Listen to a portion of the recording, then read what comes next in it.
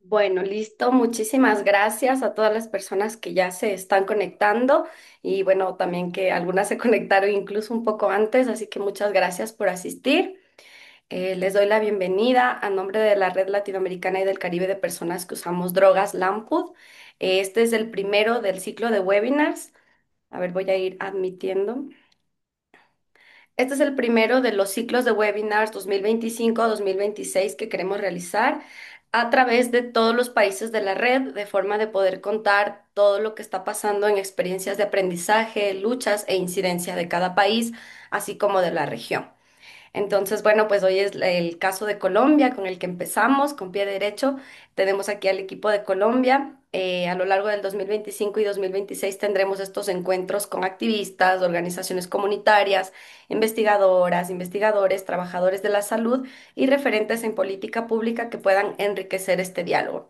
Abrimos este espacio, como les decía, con Lamput Colombia, que es una red que ha trabajado desde los territorios, desde la comunidad y desde la resistencia para que ninguna persona usuaria de sustancias sea criminalizada, violentada ni estigmatizada. Entonces, nuevamente, pues les doy la bienvenida a nombre de la Red Latinoamericana y del Caribe de Personas que usamos drogas, LAMPUD, y también quiero agradecer profundamente la presencia pues de todas las personas de Colombia y su voluntad por hacer real este webinar, que luego también lo estaremos compartiendo en redes sociales. A continuación tendremos la introducción sobre los avances de la red LAMPUD en Colombia y en la región, junto a Felipe Muñoz, quien nos va a contar un poco más sobre qué es la plataforma de registro de vulneraciones a las personas que usamos drogas en América Latina y el Caribe. Felipe es sociólogo y magíster en salud pública. Actualmente está vinculado a LAMPUD y también acompaña el desarrollo del eje número 4 de la política de drogas de Colombia. Por favor, Felipe. Gracias, Evelyn. Bueno, muchas gracias a todos y todas por conectarse. Bueno, tenemos como muy poquito tiempo, entonces quiero como agradecerles el espacio, contarles que para nosotros, nosotras como red Lamp Colombia, pues es un espacio muy importante poder como compartir un poco eso que venimos haciendo, tanto a nivel nacional como también a nivel regional, que hemos venido como acompañando diferentes procesos y pues bueno, la idea es poderles como presentar muy rápidamente la plataforma. Entonces me va a permitir, Evelyn, si me dejas compartir un momento la pantalla, por favor. Yo, pues, simplemente como que haré esos resultados muy rápido de la plataforma y un poco en qué contexto se da. Entonces, bueno, Ya está permitido. listo, aquí ya creo que estoy presentando. Me confirmo por ver si pueden ver Sí, ya lo mi podemos pantalla. ver. Perfecto. Bueno, pues eh, la plataforma de registro de relación a personas que usan drogas en América Latina y el Caribe es un ejercicio que se da de manera amplia en el marco del ALEP+PC, que es la Alianza de Liderazgos Positivos y Poblaciones Clave. Este proceso pues ha venido ya en desarrollo desde junio del 2024. Básicamente nace como un proceso de registro de información, de generación de evidencia en ciencia política en contexto de vulneración de derechos a personas que usamos drogas o están psicoactivas pues en la región. Este ejercicio pues ha sido posible gracias al trabajo también pues de muchas personas del equipo del Amput, Vero Russo, de Liria, aquí también está Carlos y Vero Peña, que también nos han acompañado en el registro de los casos, de Nadia en Nicaragua. Y pues básicamente el ejercicio lo que se hizo fue poder establecer inicialmente un mecanismo, valga la redundancia, registro virtual de las personas de forma confidencial. Se pueden registrar o generar alguna información frente a hechos de violencia vividos en diferentes contextos. Eh, Básicamente agrupamos esos procesos de violencia en tres categorías grandes: derecho a no sufrir discriminación, derecho a la salud y derecho a no ser detenido arbitrariamente. A partir de ese registro que se hace en plataforma de forma anónima, posteriormente una persona documentadora eh, contacta a esta persona, claramente con todo su consentimiento, y se profundiza en el caso. Esos casos ya al detalle de una o varias violaciones vividas por la persona en el marco de una práctica específica de consumo, pues básicamente es allí sistematizada y posteriormente venimos analizándola para poder tener esos registros y esperamos darle primero continuidad a la plataforma, pero segundo también lo que esperamos es poder hacer casos de incidencia y de abogacía frente a esos casos. Estamos viendo como varias opciones, pero la idea es poder seguir acompañando esos casos y generar respuestas para que no queden simplemente en un registro y punto, sino que efectivamente logremos un proceso de incidencia amplio frente a este proceso. Para no demorarme mucho y darle la palabra también a Raúl, este documento que están viendo aquí básicamente ya es el policy paper que venía trabajando, Violación de Derechos Humanos contra Personas que usan drogas de América Latina y el Caribe. Contarles que este ejercicio entre 2024 y 2025 registró un total de 109 casos en 13 países, principalmente Nicaragua, Colombia, Ecuador, Perú, Argentina, Brasil, Costa Rica, Cuba, Honduras, México, Puerto Rico, Paraguay, Venezuela y Estados Unidos, siendo dos personas claramente latinas que fueron en algún momento discriminadas por algún tipo de situación. Se hicieron pues 109 entrevistas en estas categorías que les comentaba hace un rato: derecho a la discriminación, derecho a la salud física y mental, derecho a no someterse a no ser sometidos a detenciones arbitrarias, encarcelamientos. Y pues lo que podemos un poco encontrar en las conclusiones que pues la violencia sigue siendo ejercida en todos los ámbitos en que nos desempeñamos y las personas que usamos sustancias seguimos siendo violentadas en todos los campos, principalmente por temas de estigma. Encontramos pues que en el sector educativo y en el sector salud, eh, cada 3 de cada 29 personas fueron víctimas de discriminación en el entorno escolar, sobre todo a nivel universitario y técnico. Y es interesante, pero doloroso, que casi que el 90%, que no es un poco más de las personas que alertaron frente a esos casos de violencia en la institución, fueron doblemente discriminados, estigmatizados y culpabilizados por básicamente usar una sustancia. Entonces, hay una doble discriminación en todo contexto donde efectivamente no hay ningún tipo de protocolos, rutas de atención para las personas que usamos sustancias, simplemente somos víctimas y somos casi que sujetos para ser violentados y violentadas por el hecho de una decisión personal y no tenemos respuesta a ningún mecanismo de cuidado frente a esto. Encontramos, por ejemplo, en el sector salud que 7 de cada 30 personas sufrieron discriminación y estigma al acceder a servicios de atención por uso de drogas. Una de cada 6 personas fue víctima de abuso físico, emocional o sexual durante la atención del servicio de salud, y esto es marcado de que es su culpa, o pues simplemente es un objeto básicamente en que el profesional de salud puede hacer y deshacer por el hecho de que tomó una decisión y pues se le quita totalmente su capacidad de agencia. Si consumimos sustancias, perdemos esa capacidad de agencia básicamente y somos simplemente sujetos o sujetas de cualquier tipo de acción del otro eh, por esa decisión tomada. En temas de medicamentos, pues encontramos que en todos los países efectivamente hay una negación constante de tratamientos de VIH, hepatitis C, tuberculosis o medicamentos psiquiátricos, porque pues, ¿para qué nos los dan si los vamos a vender, si los vamos a botar, o simplemente pues no lo buscamos y merecemos cualquier situación que nos pase? Entonces pues sigue habiendo este proceso de violación.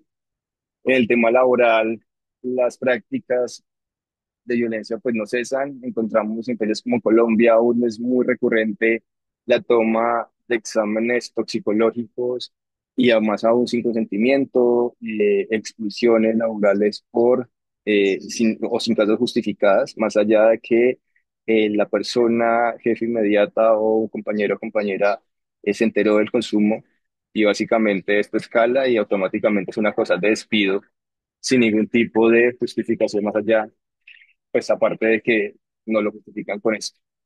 Y en temas de violencia policial, pues encontramos que efectivamente tanto las fuerzas policiales como militares son los actores que claramente más violencia ejerce frente a las personas que usamos sustancias. Encontramos que en el caso colombiano, desde hace unos años, hay un registro sistemático que para estos últimos años evidenciamos una reducción, pero que efectivamente se venía haciendo de forma sistemática. una de cada 6 personas está incluida en los registros gubernamentales por consumo de drogas o por activismo, y esto ha generado situaciones de violación de, no fue la palabra un poco, pero un poco violación de sí, de su posibilidad de permanecer oculto, por decirlo de alguna manera, frente al sistema de salud, al sistema judicial, sus prácticas de consumo, ha sido expuesto eh, como persona y como sujeto, como sujeta de derechos, y esto ha llevado a situaciones de negación de servicios o negación de acceso a servicios distintos al de salud, temas de salud, temas de algún tipo de beneficio por parte del gobierno por el hecho de estar incluido en estos registros gubernamentales por ser una persona usuaria de sustancias o por ejercer algún tipo de activismo sobre el consumo y el derecho de las personas usuarias. Como les decía, el tema de la policía, pues esos registros frente a la persona en sí, por ser evidenciado su consumo en calle, pues sigue siendo principal afectación. Encontramos temas de violencia, abusos sexuales, abusos físicos, encarcelamientos. En el caso de Paraguay, por ejemplo, encontrábamos que el 100% de mujeres trans que registraron en sus casos han sido víctimas de violencia física y sexual en su totalidad. Y evidenciamos, por ejemplo, en Paraguay un tema de violencia sexual mucho más marcado que en otros contextos latinoamericanos y el Caribe. Entonces, simplemente para cumplir con los tiempos que hemos cuadrado, contarles que este ejercicio pues apenas inicia, llevamos un año, pero estamos con todo el ejercicio de poder un poco revisar en qué estamos, revisar esos resultados, revisar cómo logramos comenzar el proceso de abogacía y continuar con el registro. No ha sido un ejercicio sencillo, también entendemos las dificultades que hay de poder contar nuestras historias, de poder un poco contar estos hechos de violencia y abuso que hemos vivido históricamente, pero pues la idea es poder fortalecer esta red, poder fortalecer esta plataforma y que continuemos con esos procesos también de evidenciar y socializar que efectivamente seguimos siendo víctimas y que eh, poco o nada a veces se nos escucha en los contextos en que nos movemos. Entonces, nada, simplemente un vistazo muy rápido a este ejercicio y bueno, muchas gracias por el espacio. Muchas gracias, Felipe, por contarnos así de manera resumida este estudio. Quisiera, antes de pasar con Raúl, contar un poco lo que está pasando en el chat y enviar un saludo para Manu, que nos dice buenas tardes, saludos desde FEDENA, Federación Nacional de Clubes Canábicos. Aquí los clubes y centros de bienestar se están convirtiendo en la solución para disminuir el abuso, hacer pedagogía del consumo y generar ambientes seguros, ya que se han impuesto comparendos de manera exagerada. Entiendo que los comparendos en Colombia son multas. Entonces, muchas gracias, Manu, por este aporte y vamos a pasar con la introducción del tema de Rau, que bueno, él también un poquito va a introducirnos a otro estudio que se ha realizado desde el AMPUD regional, que él está liderando. Raúl Valencia Gil es máster en educación. Él se denomina una persona seropositiva, no binaria que usa drogas. Es licenciada en educación y máster en educación y derechos humanos. Él nos va a contar un poco más sobre el estudio, sobre el derecho a la no discriminación, el derecho a la salud y el derecho a no sufrir detención y prisión arbitraria de personas con VIH que usan drogas.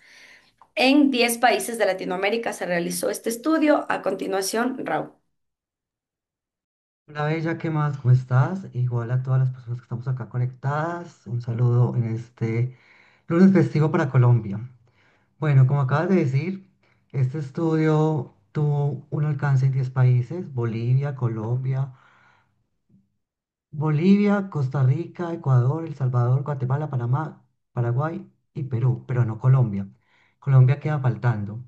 Este estudio recoge en cierta medida la evidencia de 10 países de América Latina, revelando en cierta medida el estigma, la discriminación y la criminalización que sigue siendo las barreras estructurales para el acceso a la salud, la justicia y la dignidad de las personas que usamos drogas y vivimos con VIH. El estudio utilizó una metodología mixta que incluyó análisis normativo, que nombramos como análisis facto, perdón, análisis jure, y entrevistas de actores claves y personas que viven con VIH y usan drogas, que es lo que denominamos análisis facto. Entonces, análisis jure, todo el tema normativo, o el papel, o de las normas, de los documentos que podamos levantar, y las entrevistas, que es todo el tema de la realidad. Estas entrevistas fueron entrevistas en grupos focales, pero también a través de cuestionarios autoadministrados que recogieron una gran evidencia en estos 10 países para poder dar como puntadas a ese objetivo, que era visibilizar, incidir y en cierta medida transformar para esas condiciones de vulnerabilidad que habitamos las personas que vivimos con VIH y usamos drogas frente a nuestras condiciones, frente al diagnóstico, pero también hasta nuestra realidad de decidir el uso recreativo o el uso de la sustancia como tal. Yo no traje presentación, pero me voy a tomar el trabajo de presentarles eh, la página para motivarles a que, eh, se pongan la tarea de ir a visitarla y así tengan todos los hallazgos y toda la información clave. La voy a compartir en el chat eh, el enlace para que así puedan como tenerlo y ahí se va.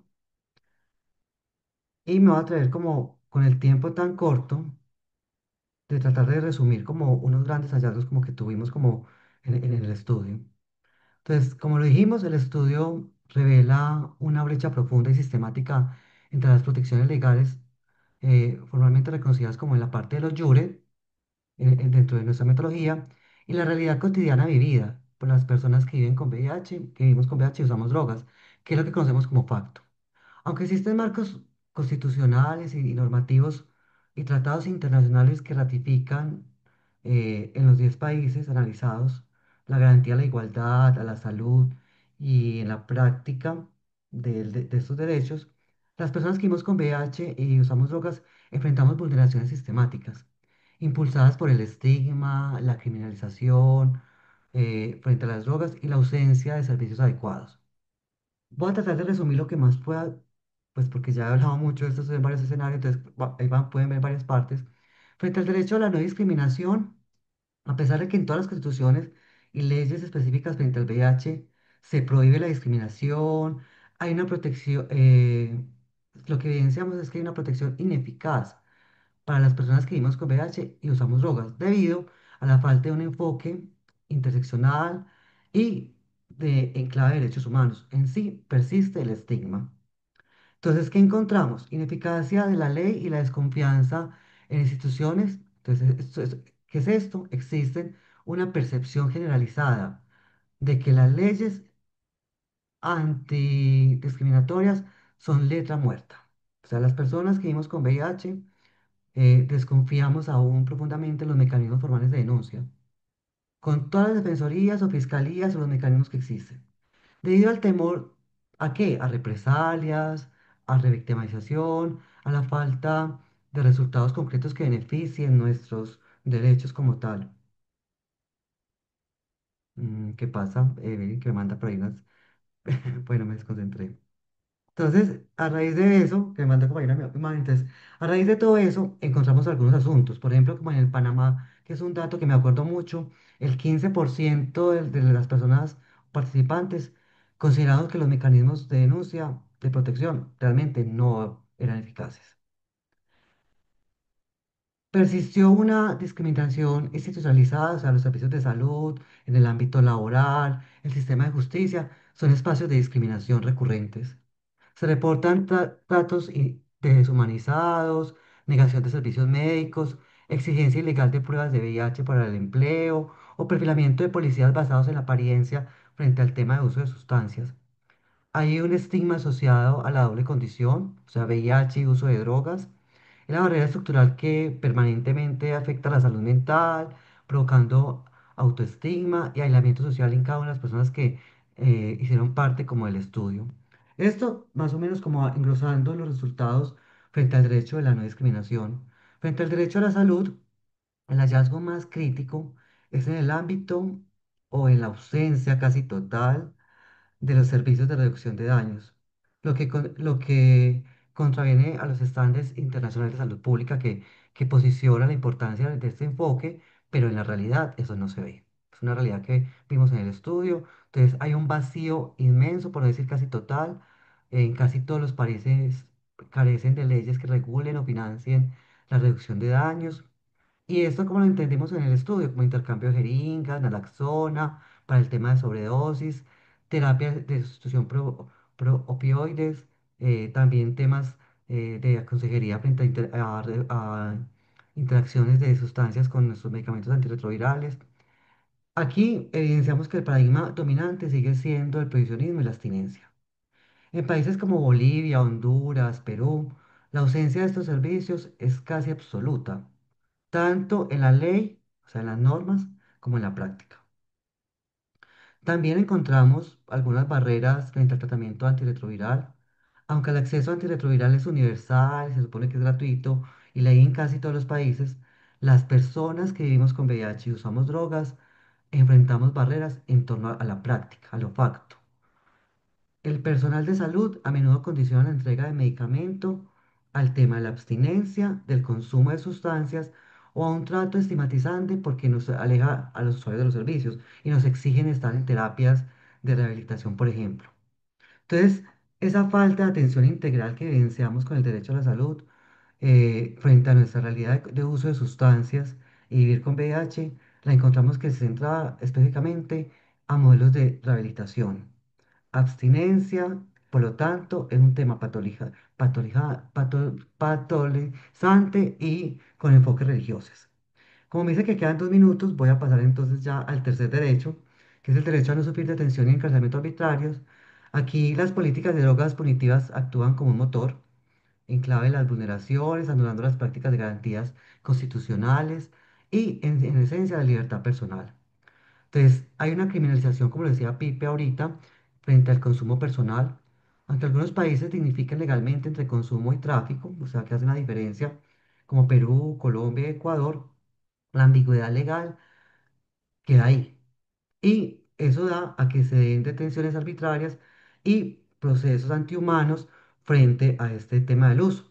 El Salvador, la ley penaliza posesión menor de 2 gramos, que es un tema delicado, lo que genera una discriminación directa.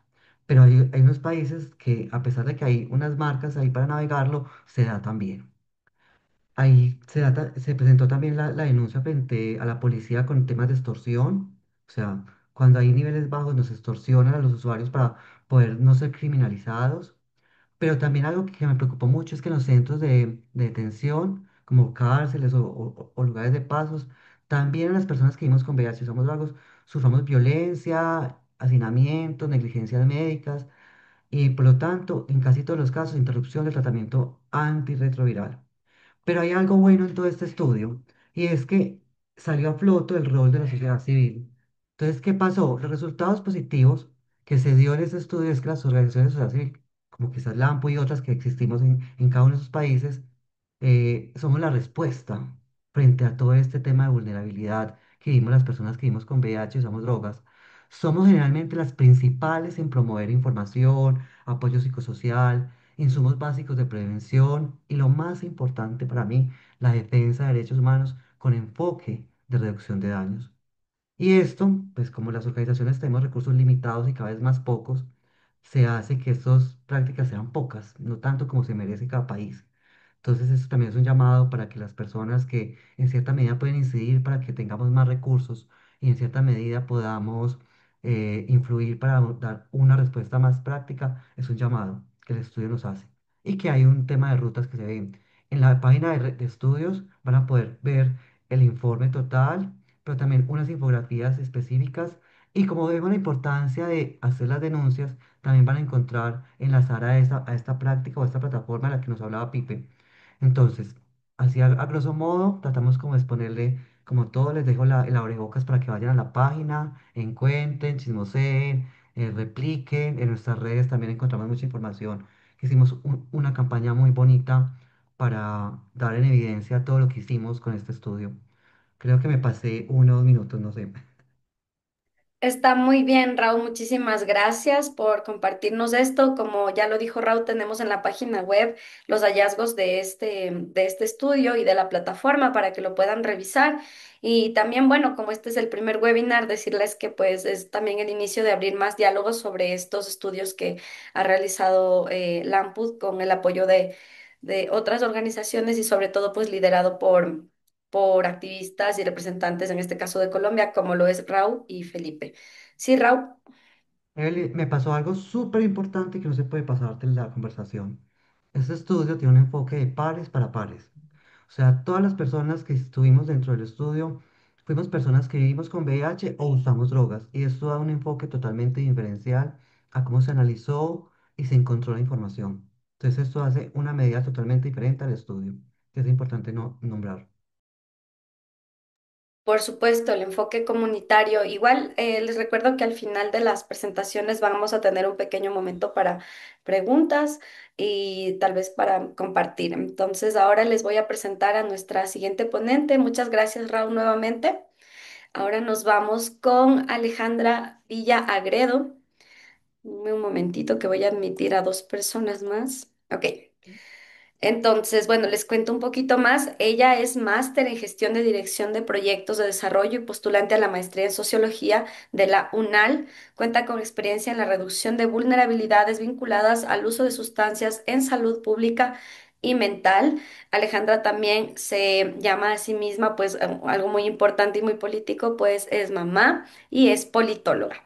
Ella nos va a contar un poquito más sobre lo que es el estigma y la discriminación a la comunidad canábica de Colombia. Adelante, Alejandra. Listo. Hola, buenas tardes. Bueno, primero que todo, muchas gracias por la oportunidad de presentar estos hallazgos preliminares. Gracias por la presentación, Evelyn. Em, y también quiero pues empezar agradeciendo a la comunidad canábica de Bogotá y haciendo una claridad. Digamos que esta investigación pues está muy focalizada en la ciudad de Bogotá, Colombia. Específicamente digamos que ha sido una investigación bastante robusta. Voy a hacer una presentación de unos hallazgos preliminares que surgen a partir de una encuesta y de un constructo digamos como teórico. Voy a mostrarles rápidamente de qué se trata la investigación para luego centrarnos un poco en la encuesta que tiene todo que ver, digamos, con lo que expusieron Felipe y Rau, en el sentido de que aún siendo comunidad canábica, sigue habiendo, digamos, de manera transversal el estigma y la discriminación se puede percibir en estos ámbitos, digamos, ya mencionados. Entonces, pues para aclarar principalmente que ojalá en algún momento, pues ya del otro año, cuando se haga entrega de este trabajo de manera formal, también, pues digamos, podamos hacer la presentación ya más robusta de lo que compone la tesis de maestría como tal. Principalmente, pues es una tesis acerca del estigma y la discriminación en la comunidad canábica. Principalmente, digamos que el interés de trabajar en este proceso es porque la comunidad canábica en Bogotá ha tenido, digamos, una incidencia y una participación política muy importante, ¿sí? Siendo, digamos, las mesas canábicas, la misma comunidad canábica, el Consejo Canábico Distrital, quienes han disputado los espacios públicos, los espacios privados y los distintos derechos de esta comunidad en torno, digamos, al acceso y al uso de cannabis en la ciudad. Entonces, parte, digamos, del objetivo, que pues es bastante robusto, específicamente pues es ver cómo ese etiquetamiento social, precisamente como es una tesis de sociología, pues parte, digamos, de unos constructos teóricos desde esta misma disciplina y el etiquetamiento social, digamos que es uno de esos grandes constructos robustos para analizar este tipo de, de situaciones y por esto digamos que el énfasis fue específicamente en este constructo teórico. Lo que se busca, digamos, es mirar si dentro del discurso institucional y las políticas públicas, pues también hay una exclusión o inclusión de los consumidores de cannabis. ¿Y en relación a qué? ¿Sí? Al uso del espacio público, principalmente, digamos, entendido en esta tesis como el principal espacio de disputa de la comunidad canábica, ya lo veremos pues más a futuro, la participación social, el acceso a servicios comunitarios, que pueden ser servicios de bienestar y también el desarrollo socioeconómico. Acá, como les digo, pues voy a dar como un abrebocas muy grande. Esto es un poco para mostrarles los objetivos, digamos, específicos en los cuales se basó o se está basando este trabajo de maestría y tiene como tres dimensiones que son los tres objetivos específicos donde hace, digamos, un análisis de política y marco normativo. Lo que se busca, digamos, con este análisis es, pues, mirar precisamente la influencia, digamos, de estas etiquetas, la incidencia, digamos, que se ha tenido en torno al tema del estigma y la discriminación de la comunidad canábica. Y precisamente, digamos que quiero aclarar aquí que no es un análisis extremado, un análisis robusto para otra tesis completa solamente de este tema. Entonces, la idea es poder, ¿me están escuchando? Es que me pareció que te la voz, por favor. Sí, sí, se te escucha. Listo. Funcionalidad, pues, de estas normas, ¿sí? Que regulan y específicamente este efecto real de la inclusión y la exclusión. ¿Por qué? Porque muchas veces, digamos, le cabe todo y aunque vamos en el marco discursivo, este tema de la inclusión, el cambio narrativo, todo esto constructos, digamos, de pasar también de un enfoque meramente salubrista a una reducción de vulnerabilidad, vemos muchas veces que todavía en la práctica, pues todavía digamos que nos falta mucho trabajo por hacer. El otro, pues digamos, objetivo grande es un análisis de discurso y representaciones sociales, donde se está analizando, digamos, no solamente documentos oficiales, sino también noticias y también, digamos, todos estos debates que se han dado en el Consejo de Bogotá asociados también al tema de los comparendos, del uso del espacio público, de la misma regulación del espacio público. Y también ahora pues tenemos un debate que hubo hace poco en el Consejo de Bogotá, donde pues se está hablando de todo este tema de los clubes canábicos y las asociaciones canábicas como esos espacios privados, como bien lo decía Manuel, como esos espacios, digamos, de protección para la comunidad canábica. Entonces, también, pues aquí se analiza cómo se construye y se perpetúa, digamos, el estigma social sobre los usuarios de cannabis. Y por último, donde voy a hacer énfasis, digamos, en esta presentación, está el tema de las experiencias y percepciones, específicamente una encuesta exploratoria. Quiero aclarar que es una encuesta de pares, es una encuesta pequeña. No podemos decir que tiene una validez de toda la comunidad canábica bogotana porque es bastante extensa. Esta encuesta la llenaron 120 personas, de las cuales 112 son usuarios activos. Sí, ahora vamos a ver incluso en los resultados que pasó algo muy interesante y es que incluso algunas personas no usuarias llenaron la encuesta para poner, digamos, también sus formas de pensar estigmatizantes acerca de la comunidad canábica en la misma encuesta, aun cuando esta encuesta estaba específicamente dada para comunidad, perdón, para comunidad canábica.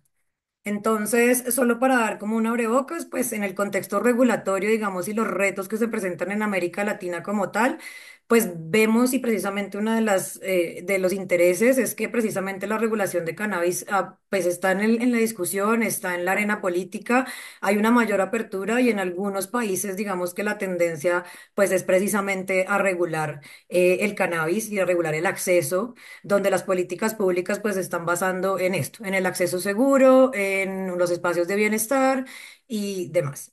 En América Latina, pues lo que vemos es que hay una regulación, sin embargo, el tema de espacio público y el espacio, digamos, como el tema de comercio, venta, pues es limitada y esto, digamos, que se sustenta en torno a las problemáticas que hemos tenido a nivel regional y sobre todo un país como Colombia en términos de narcotráfico, control territorial, pero sobre todo también vemos que hay algo, digamos, muy importante en términos del imaginario colectivo y del imaginario político y son los sesgos y los intereses o la voluntad política.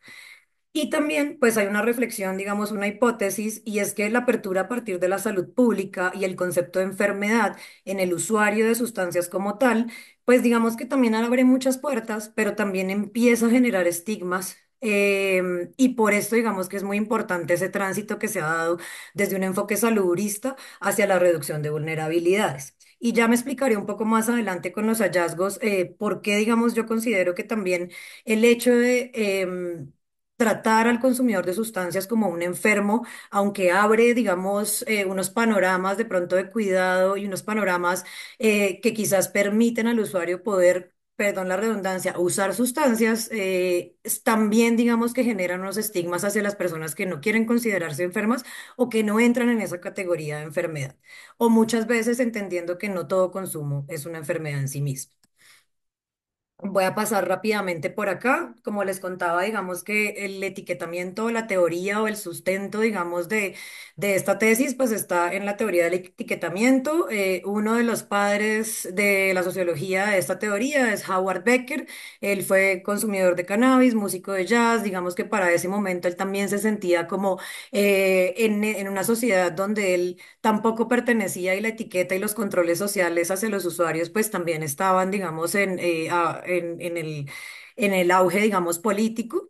Y lo que se puede definir como algo desviado es precisamente cuando una autoridad pues lo limita como tal, ¿sí? Y pues aquí autoridad también se reconoce no solamente en términos políticos, sino también en una presencia, digamos, de marcos morales, legales, sociales, ¿sí? La misma sociedad también tiende a generar que lo diferente, ¿sí?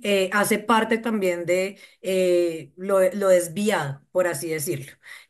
Y acá lo que se basa es que precisamente la etiqueta pues limita este tipo de oportunidades de bienestar. ¿Cuáles son los efectos, digamos, que esto puede llegar a tener o que ha tenido, digamos, en la comunidad canábica en Bogotá? Pues ha sido también una falta o poca, digamos, inclusión, impulso económico en la cadena de valor, ¿sí? Como les decía, y esta es mi percepción, digamos que ya las personas canábicas que están acá también, pues sería chévere que compartieran su perspectiva al final, es precisamente que pues esta cadena de valor en cuanto a producción, comercio y demás, el rol pues también se ha visto limitado, ¿sí? Por lo menos en las leyes anteriores y en lo que ha pasado, digamos, en la cadena productiva del cannabis hasta este momento.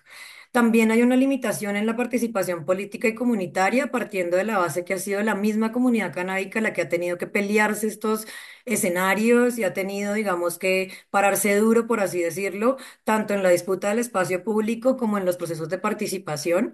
Aunque este año, pues yo siento que hemos tenido un avance muy grande en términos precisamente de participación política y que es la misma comunidad, digamos, la que ha logrado pues estos escenarios. Eh, Esta limitación también pues se ha visto en algunos escenarios ligada también a que precisamente la comunidad pues digamos que ha estado también un poco intervenida por organizaciones de la sociedad civil, por instituciones del mismo estado distrital y por esto digamos que a veces los toman, los dejan, los ingresan a los procesos, los vuelven a sacar, pero muchas veces ha sido esta comunidad la que ha disputado estos procesos. Y también, pues está también en la restricción del acceso a servicios de bienestar, salud, oportunidades, como veremos ahora. En estos términos, digamos que el tema, pues, también de la penalización o, pues, digamos que el tema del consumo de sustancias psicoactivas y, pues, incide precisamente en los derechos humanos, incide precisamente en el acceso a los derechos básicos como son el trabajo, la igualdad, la salud. Y esto, digamos que ha tenido, pues, y sigue teniendo, por más de que el cannabis es una sustancia que, pues, ya empieza a ser normalizada, que empieza a hablarse sobre ella, pues sigue teniendo incidencia, digamos, en estos espacios. Voy a pasar rápidamente por acá. Digamos que prácticamente ahora, sí, de lo que pasamos de esas teorías clásicas de la sociología al abordaje contemporáneo del consumo de sustancias psicoactivas, pues lo que vemos es que ahora el auge del enfoque diferencial y de derechos humanos, pues es sumamente necesario y por eso digamos que ha estado a la vanguardia de la política pública y a la vanguardia de estos abordajes donde vemos que precisamente, digamos que no se trata de señalar como el delito o esta conducta llamada desviada desde un enfoque prohibicionista, sino que transitamos, como les decía, a una reducción de vulnerabilidades y a una inclusión social. Entonces, estos principios, digamos, pues, como les digo, han sido transversales, pues seguimos hablando de factores como el tema del género, la edad, la etnia, igual también los privilegios que puede tener la población, porque no es lo mismo, y ya lo vamos a ver una persona que consume, digamos, en un barrio privilegiado a una persona que consume en un barrio que no es tan privilegiado, no tiene los mismos accesos. En temas de género, pues insisto en que creo que a nivel país tenemos una gran deuda en temas generales de consumo de sustancias, no solamente de cannabis. Y pues ahora también está el tema de la multicausalidad del consumo. Digamos que ahora pues ustedes también lo saben, no me voy a quedar ahí. No solamente son los factores biológicos, sino todas las causas estructurales y demás factores que existen. Y también pues está el tema de la reducción de riesgos y daños, que más allá de la abstinencia total pues se empieza a comprender que no todas las personas quieren dejar de usar sustancias, pueden dejar de usar sustancias o simplemente también en el hecho específico del cannabis, muchas veces esta sustancia pues empieza a ser un paliativo, empieza a ser, por decirlo así, una alternativa a otras sustancias que de pronto pueden ser más fuertes como los opiáceos inyectables. Y pues está la prevalencia del enfoque de derechos humanos.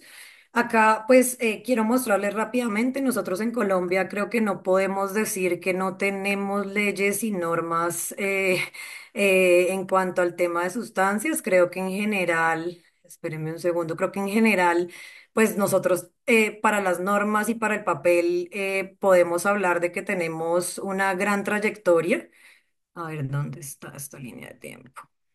Es que quiero mostrarles una línea de tiempo rápidamente que tenía, porque es que es demasiado robusta como para meterla en una diapositiva, pero como pueden ver, tenemos pues unas leyes muy robustas desde el Estatuto Nacional de Estupefacientes, que ya está algo, digamos que sí, como viejo, pues debería actualizarse, pero aún así sigue siendo nuestra norma madre en términos de sustancias, pero tenemos un avance, digamos, normativo en la regulación, donde se ha establecido temas de prohibición muy específica, como el acto legislativo, que ha sido, digamos, también uno de los talones de Aquiles en la regulación, sobre todo comercial del cannabis en este momento, porque pues no ha permitido, digamos, que se pueda como liberar, ¿sí? Esta parte del comercio de cannabis o el acceso seguro a cannabis en Colombia en general. Sin embargo, tenemos la normatividad pues que establece que el consumo de sustancias psicoactivas es un problema de salud pública. Nuevamente, digamos que el tema de considerar como enfermedad del consumo pues se viene dando desde el acto legislativo, se viene dando desde la ley 1566. También hablamos de un marco regulatorio para el uso médico y científico del cannabis cuando entendemos que quizás los usos médicos van a ser como esa puerta de entrada al proceso de regulación, y por eso les digo que muchas veces también este tema de la enfermedad y la salud pública pues ha sido también una puerta de acceso y ha abierto grandes oportunidades, pero también empieza a verse como una parte asociada también al mismo estigma que se da en el marco, digamos, normativo, porque pues cierra las puertas también a las personas que no se consideren ni enfermas ni que quieran entrar, digamos, en ese marco regulatorio. Adicionalmente, pues seguimos, digamos, avanzando en la normatividad. En 2023 tenemos un avance bastante grande desde el ámbito nacional, donde aparentemente se derogan las multas contra el porte en pequeñas cantidades. Sin embargo, ahorita vamos a ver que pues, en la implementación esto no ha sido así, ¿sí? Muchas veces, incluso desde el marco bogotano, como lo decían ahora en el chat, hemos visto un aumento de los comparendos, ¿sí?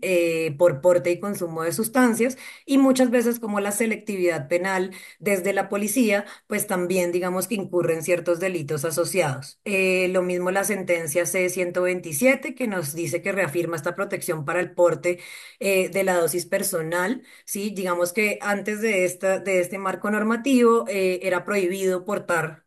Sí, así no estuvieras consumiendo.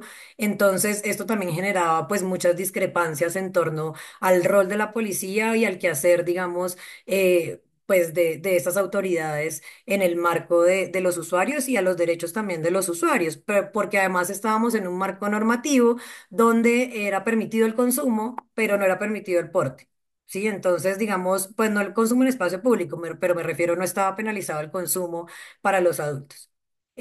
Viene también un gran viraje, digamos, en este marco conceptual, y pues viene la política nacional de drogas actual en este momento, y esta política, digamos, que trae un gran avance, sobre todo en el eje 4 que es específicamente el de consumo integral e integrado, donde aparte de adoptar un de enfoque de derechos humanos y comunitario y reconocer la reducción de riesgos como un gran pilar, digamos, en el abordaje del consumo, también se habla precisamente de esta reducción de vulnerabilidades y pone a la comunidad como el centro, incluye al usuario de sustancias dentro de este marco. Pero bueno, digamos que ya para ir rápidamente, porque sé que se me está acabando el tiempo y quiero mostrarles la encuesta, contarles que hemos tenido pues también grandes avances. Ahora también está que se permite la venta de cannabis medicinal, incluida la flor en farmacias. Esto también nuevamente pues nos permite ver que sigue siendo el enfoque médico, sí, el que prima. Entonces, principalmente tenemos que registrarlos, sí, como que tenemos, digamos, un tema médico, o tenemos que pasar, digamos, por esos procesos para poder acceder al cannabis. ¿Sí? Entonces, nuevamente, pues, aunque es una solución en este momento y continúa, digamos, siendo una solución, pues específicamente también genera una discriminación porque no hay una ruta adicional en este momento. Ya en Bogotá, específicamente para centrarnos en esto, pues paso rápidamente. Tuvimos una política pública de 2011 a 2021. Esta política pública, pues ya digamos dentro de su enfoque, hablaba no solamente de prevención del consumo, sino también de la reducción de riesgos y daños. Aunque también digamos que tuvo unos problemas en la ejecución muy grandes y es que fue una implementación gradual y el plan de acción, digamos que más que ser un plan de acción asociado a la política, con rubros asociados a la política, pues lo que vimos fue que hubo una compilación de ofertas institucionales ya existentes, sin rubros específicos, entonces unamos todo lo que hay, lo que nos aplique a los diferentes ejes, además que la política pues realmente como documento como tal, pues era un constructo, digamos, muy interesante a nivel teórico y sociológico, pero de todas maneras pues no tenía, digamos, una formulación muy clara. Algo que es muy importante resaltar de este trabajo de la política pública 2011-2021 es la participación comunitaria. Se crearon y se consolidaron las mesas locales de estupefacientes por cada localidad y las mesas canábicas empezaron a tener, digamos, una visibilidad en estos procesos. Algo que también nos dejó de aprendizaje esta política es que precisamente la voluntad política es muy importante. Ahora digamos que esta es la parte como gruesa del proceso y es también entender que hay un conflicto de derechos y una persecución en el espacio público. Como les decía, digamos que en este momento, pues bajo las lógicas de lo que existe en la normatividad en Colombia y específicamente en Bogotá, digamos que las alternativas que tiene la comunidad canábica, pues es regular el consumo a los espacios privados. Sin embargo, como veremos más adelante, a partir de además de la casa, el espacio, digamos, de mayor consumo son los espacios públicos. Y pues es un foco, digamos, de tensión porque sigue habiendo una disputa. Acá, pues digamos que podemos ver un poco desde las noticias de los medios de comunicación diciendo que Bogotá huele a vareta y que eh, todo el mundo está consumiendo y digamos como estas noticias también un poco alarmantes acerca del consumo de cannabis, también podemos ver lo que se hablaba un poco del tema de comparendos que nos ponían ahora en el chat y es que específicamente se sigue confundiendo al consumidor de cannabis con un delincuente. Entonces, en este momento, pues digamos que tenemos aproximadamente 20.700 comparendos, lo que marca, digamos, el primer semestre de 2025 y pues esto ha evidenciado un aumento de medidas en contra de los consumidores de cannabis. Además, también pues se ve una confusión, digamos, como institucional, en el sentido de que sigue, sí, habiendo, digamos, un proceso de confundir al canábico con el delincuente. Y acá pues se está formulando una nueva política de Bogotá, pero Bogotá siempre ha tenido en el marco de que no van a regular el consumo en una política y el tema de seguridad en otra política, sino que quieren regularlo en la misma política, lo cual genera pues posibilidades, digamos, positivas en el marco de la reducción de vulnerabilidades. Ya voy. Y acá rápidamente les muestro, por favor, 2 minutos más. La encuesta de pares canábicos, acá digamos que, como les decía, pues la mayoría son usuarios. Más que edad y género y niveles de estudio, quería mostrarles que la mayoría de usuarios que contestaron consumen flor seca, porro. Como les contaba, pues el 49% indica consumir en parques y en aire libre, mientras el 23% en espacios privados o clubes canábicos. Al preguntarles si se sienten seguros de consumir en la ciudad, el 65% dijo que no. Y si consideran, digamos, que la oferta del espacio público de consumo cumple con los derechos de protección de los usuarios de cannabis y la población en general, no. Eh, y específicamente tampoco se considera que hayan espacios incluyentes. Y quería mostrarles también rápidamente, estas son algunas de las inferencias de las personas que contestaron cuando se les preguntó acerca de los espacios. También, digamos, acá en el tema del énfasis del espacio público, pues también muchos de ellos decían esto que nos hablaba Felipe, del tema del abuso de la policía, el policía me ahorcó, aunque la ley lo permita, no lo puedo hacer. Lo mismo también las lógicas prohibicionistas de lo que les decía a las personas que se metieron a la encuesta aun cuando no consumían y dejaron sus comentarios acerca de que consumir era un despropósito, de que había restricciones, de que el consumidor afectaba a su mente. Asimismo, digamos, el trato trato de la policía en cuanto al porte y consumo, ya para cerrar, el trato a los consumidores pues depende de su apariencia o del lugar donde consumen, lo que les hablaba de la selectividad penal es muy claro, digamos, y sigue siendo pilar en este consumo. Y los derechos y deberes del porte, digamos que aunque todos los conocen, muchos de ellos hablan de que sus derechos han sido vulnerados, de que han tenido comparendos, de que siguen, digamos, siendo expuestos a estas lógicas.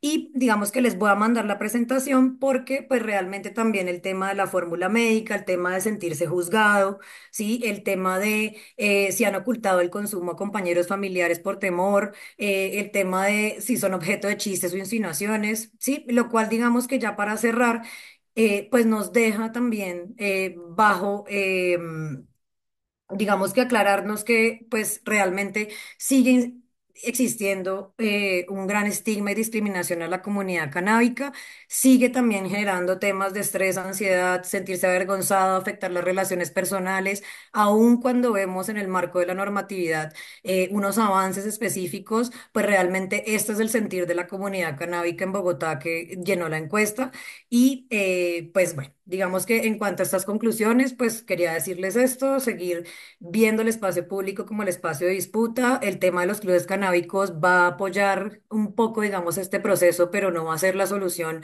al tema del estigma y la discriminación. Sigue habiendo un énfasis en el tema médico.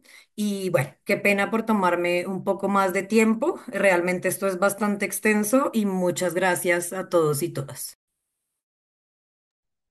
Excelente, Ale, muchísimas gracias también porque nos vas a compartir la presentación. Entonces, lo que vamos a hacer es subirla al Linktree de la cuenta de Instagram de Lampu y en las diferentes redes para que lo puedan visualizar y puedan tener estos datos del estudio que realizaron en Bogotá respecto al cannabis. Muchísimas gracias nuevamente, Ale. Y voy a poner la presentación de Carlos antes de que, antes de presentarlo, me avisan si la ven.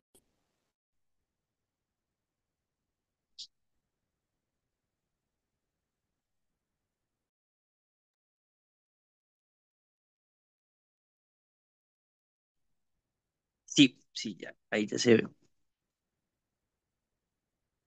Perfecto, entonces, bueno, dame un momentito para presentarte.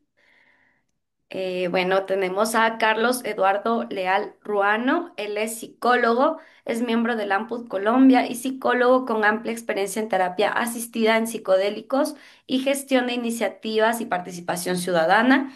Él es fundador de la corporación 3C Consume Conciencia y nos va a contar un poco más desde el enfoque comunitario en el que está Carlos. Bienvenido. Vale, muchas gracias primero que todo por el espacio a este webinar de Lamput que inicia acá en Colombia y espero pues que sigan siendo espacios de diálogo. Y sí, un poco entrando como en resonancia con todo lo que se ha hablado desde el comienzo, lo que ha mencionado Raúl con el estudio, lo que mencionó Felipe, lo que acaba de mencionar ahorita la compañera. Desde esos lugares nace un poco 3C, ¿no? 3C Consume Conciencia nace un poco desde la sociedad civil, de pensarnos esos lugares del cuidado y pensarlo desde ese lugar de usuarios.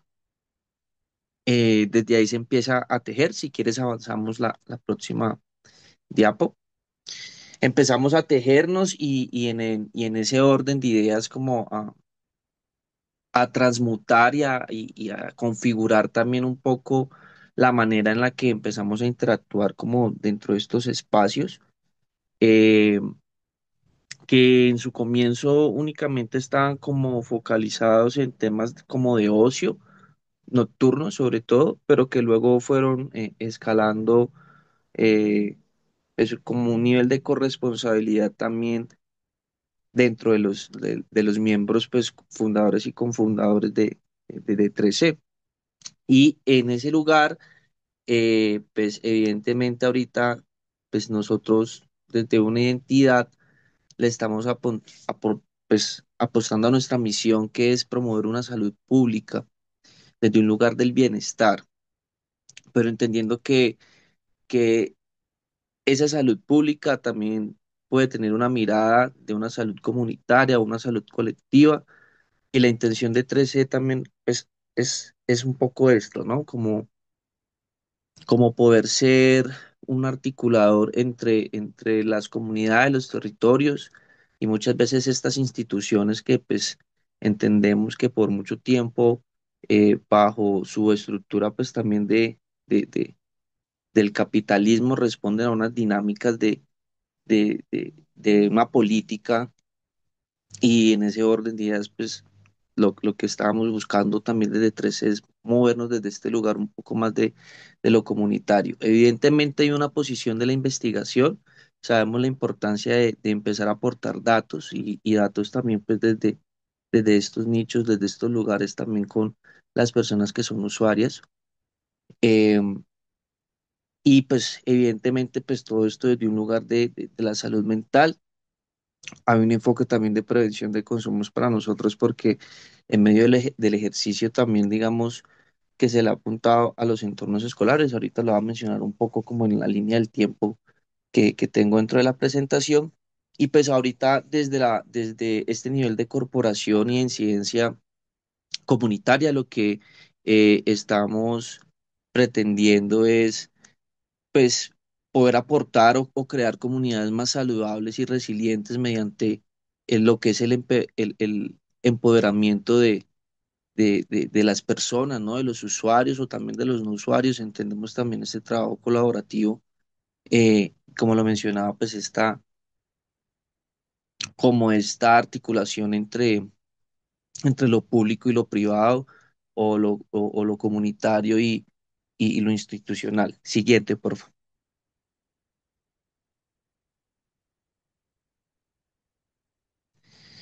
¿Cómo lo hacemos? Pues evidentemente, pues desde 13, primero tenemos como un enfoque pues muy biopsicosocial. Desde ese lugar pues está precisamente como poder promover e intervenir en salud mental, desde enfoques obviamente como lo son la reducción del riesgo y del daño, la prevención como les mencionábamos, también porque digamos nos parece como necesario también hablar de pedagogía psicoactiva, ¿sí? Empezar a hablar también de las sustancias en los entornos escolares sin tabú y sin estigma también es una necesidad dentro del sistema educativo y desde ahí también lo hacemos. Evidentemente, eh, manejar también pues como todo este enfoque de cuidado, entonces evidentemente también pues un enfoque de género, un enfoque diferencial dentro de la estrategia que también es muy valioso. Siguiente, porfa. Y bueno, entonces un poco como en la introducción que les daba al comienzo, pues 13 nace en el 2018, un poco muy desde la escena de las culturas emergentes de la música electrónica en Cali y como psicólogo que estaba haciendo en ese proceso, psicólogo de formación, que estaba pensándome también ya como este tema de la salud mental, sobre todo en términos del consumo de sustancias psicoactivas y sobre todo sobre mis propios consumos, pues nace esta iniciativa como con un parche en Cali que se llamó Underplace y empezamos a montar como este dispositivo un poco dentro de los espacios. Era muy significativo y sí era como muy incidente y muy desde la insurgencia porque este colectivo lo que hacía era tomarse lugares significativos de la ciudad, ¿sí? Desde un concepto que ellos adoptaron como el no lugar, pues generaban un formato pues de rave eh, interesante dentro de esa figura de narcociudad que sigue todavía siendo pues Cali, ¿no? Hacia el 2019 pues vamos avanzando, entendemos que dentro de esta zona del cuidado de estas fiestas pues uno de los factores era la deshidratación, empezamos como a buscar medidas como pues implementar como dietas psicoactivas dentro de los espacios en los que estábamos. Digamos que 13 en su momento ese abordaje que daba era más desde ese acompañamiento. eh, sí, como acompañamiento, seguimiento de que el espacio de fiesta estuviera en un estado de bienestar desde el cuidado. Entonces trabajaba mucho como con la observación, eh, sí, mucha observación participante de la zona, pues identificando posibles intoxicaciones, personas deshidratadas y la idea era como siempre pues poder reducir pues riesgos o posibles daños también durante la fiesta con estas dietas psicoactivas y con la zona de revitalización que fue como eh, es el fuerte de 13 en su momento dentro de la intervención de estos eventos y que operaba evidentemente como con un médico, un enfermero y pues un psicólogo. Por eso todo este enfoque biopsicosocial. Hacia el 20, hacia el 2020 eh, nos coge pues pandemia y evidentemente empezamos a trabajar sobre formatos virtuales. Sacamos un webinar precisamente también con unas instituciones de Ecuador en su momento, Ecuador, Guatemala, una plataforma también latinoamericana y sacamos un curso como de nuevas perspectivas del consumo de sustancias psicoactivas, donde la intención era un poco también empezar como a democratizar este lenguaje de la reducción de riesgos y daños, de la política de drogas y de todo lo que se estaba como gestando en este panorama, no solamente desde lo teórico, sino también desde lo político y lo que era pues, la incidencia. El 2021 pues llega también con todo este efecto post pandemia, entonces gran cantidad también de fiestas ya en otro tipo como de formatos, lo que en Cali o en Colombia se le conocen como los denominados privados y entonces como una necesidad también de pronto desde ese lugar tener como esta opción del cuidado. Hacia el 2022 pues como organización y colectividades, los que hemos caminado desde este lugar comunitario sabemos que eh, eh, surgen como complicaciones en el camino. En ese momento para 13 fue como un alto para también repensarse y transmutar como algunas formas de cómo se empezaba a hacer incidencia.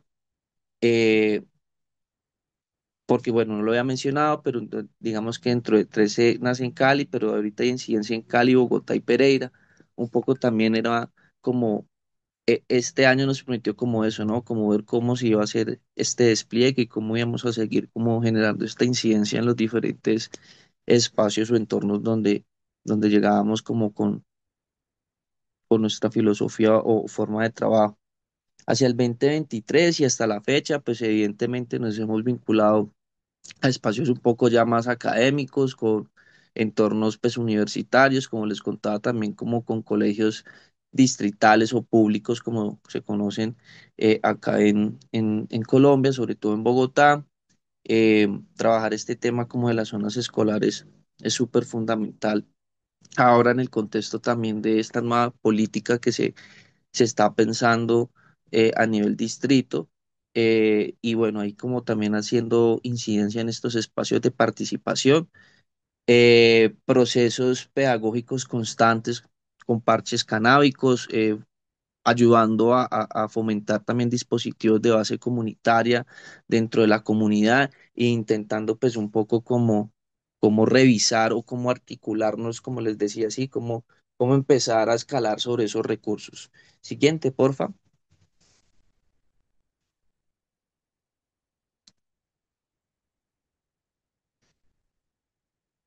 Entonces, precisamente, como lo mencionaba ahorita, como este abrebocas era esto, ¿no? Luego de un trabajo como organizado desde adentro y con las uñas, luego empieza a aparecer como la institución, también desde un lugar, debo decirlo también, en este caso como positivo permitiéndonos también como empezar a revisar desde estas agendas políticas o internas cómo se están viendo el despliegue de esta nueva política de drogas y de todo lo que está sucediendo en el fenómeno del consumo, porque ahorita la compañera lo mencionaba, es un fenómeno muy amplio y tiene muchos frentes, sobre todo en Colombia.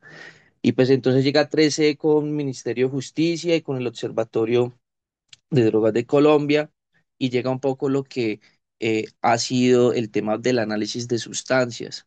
Si bien 13 nunca lo había implementado en el contexto de fiesta, por lo que implicaba en su momento, pues digamos que llega esta herramienta también de reducción de riesgos y daños que es muy importante, sobre todo también en una coyuntura donde nos estábamos pensando también otras formas que no fueran las de siempre, ¿sí? Con las mismas organizaciones que, que, que eran como bandera y pues esto fue un ejercicio valioso porque fue reconocer efectivamente que existen muchas organizaciones en Colombia que le están apuntando no solo al enfoque de reducción de riesgos y daños, sino también a este trabajo de investigación y de fortalecimiento de este estado de cuidado y bienestar de nuestros barrios, de nuestras comunidades, de nuestros pueblos. Siguiente, por favor. Entonces, como la idea es utilizar el recurso y las formas, pues logramos aliarnos también con una casa multicultural.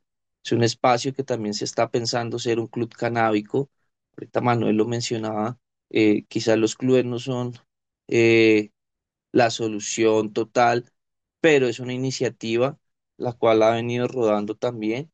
Y la idea también de 13 dentro de esta incidencia civil es que de estos lugar también como muy eh, horizontal ha logrado, se ha permitido pues entrar en estos diálogos, en estas conversas también como como usuario de sustancias, pero también como una organización que puede brindar, ayudar a brindar o a capacitar, ¿sí? Estas formas de poder llevar una buena reducción y entendiendo también como el alcance de poner esta mirada profesional, que no es que la comunidad eh, no la tenga, porque por el simple hecho de ser usuarios ya hay unas dinámicas, unas formas, pero que sí podamos ser como ese mecanismo para poder hacerlo. La mucho es este espacio donde ahorita está el servicio de análisis de sustancias como un punto fijo.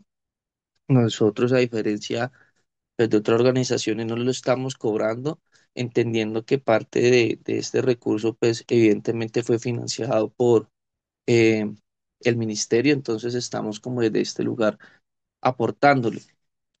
Eh, Sí, evidentemente, pues el servicio de análisis no es como la panacea, pero llega a ser o aportar dentro de 13 en esta ruta, sobre todo de reducción de riesgo y daño en los contextos de ocio, como una herramienta pues muy funcional sobre lo que está aconteciendo y sobre todo con las nuevas dinámicas pues que ahorita como capital surgen. Siguiente, por favor.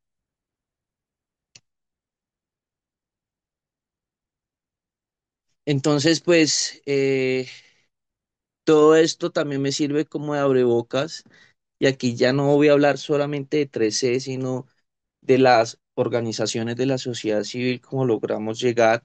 Y ahorita Raúl lo decía, que dentro del estudio aparecía y es que necesitamos evidentemente financiar la reducción de riesgos y daños. Eh, Desde ese lugar, pues 13 se ha habitado desde un lugar de resistencia con un activismo que defiende todo esto que es esta soberanía psicoactiva y evidentemente ha entendido lo que puede llegar a ser el papel de sentarse a generar alianzas estratégicas para expandir una red que lo que busca es esto, el cuidado de la vida. Siguiente, por favor.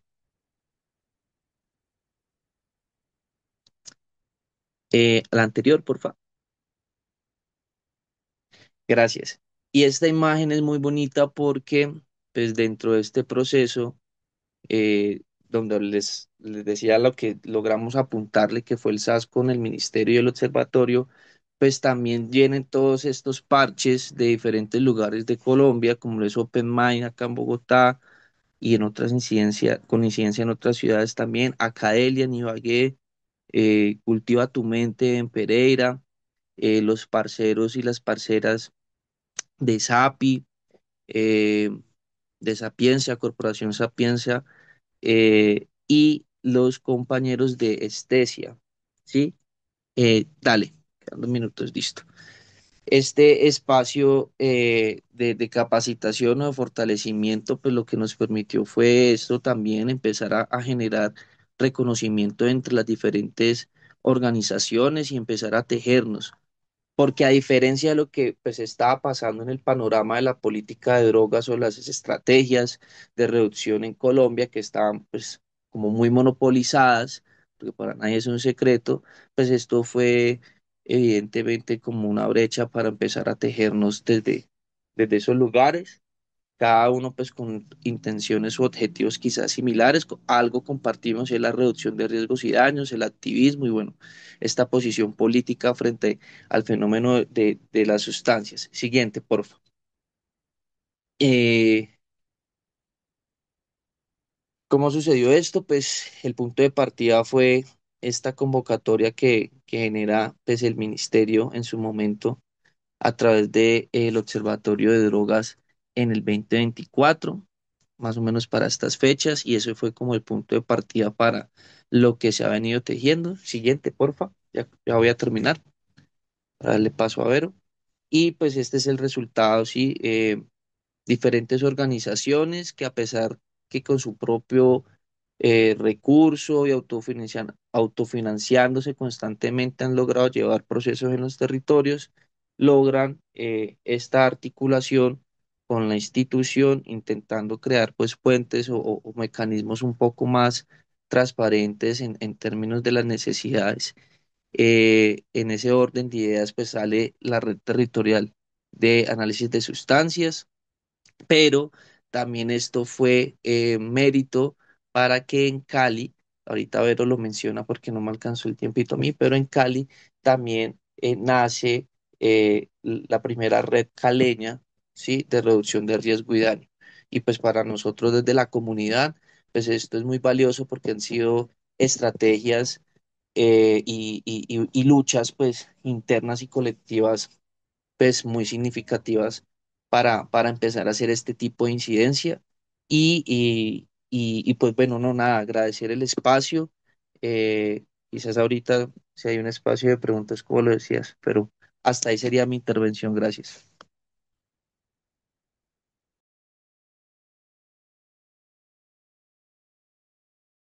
Creo que tienes el Tiene micrófono cerrado. cerrado. Ay, muchas gracias.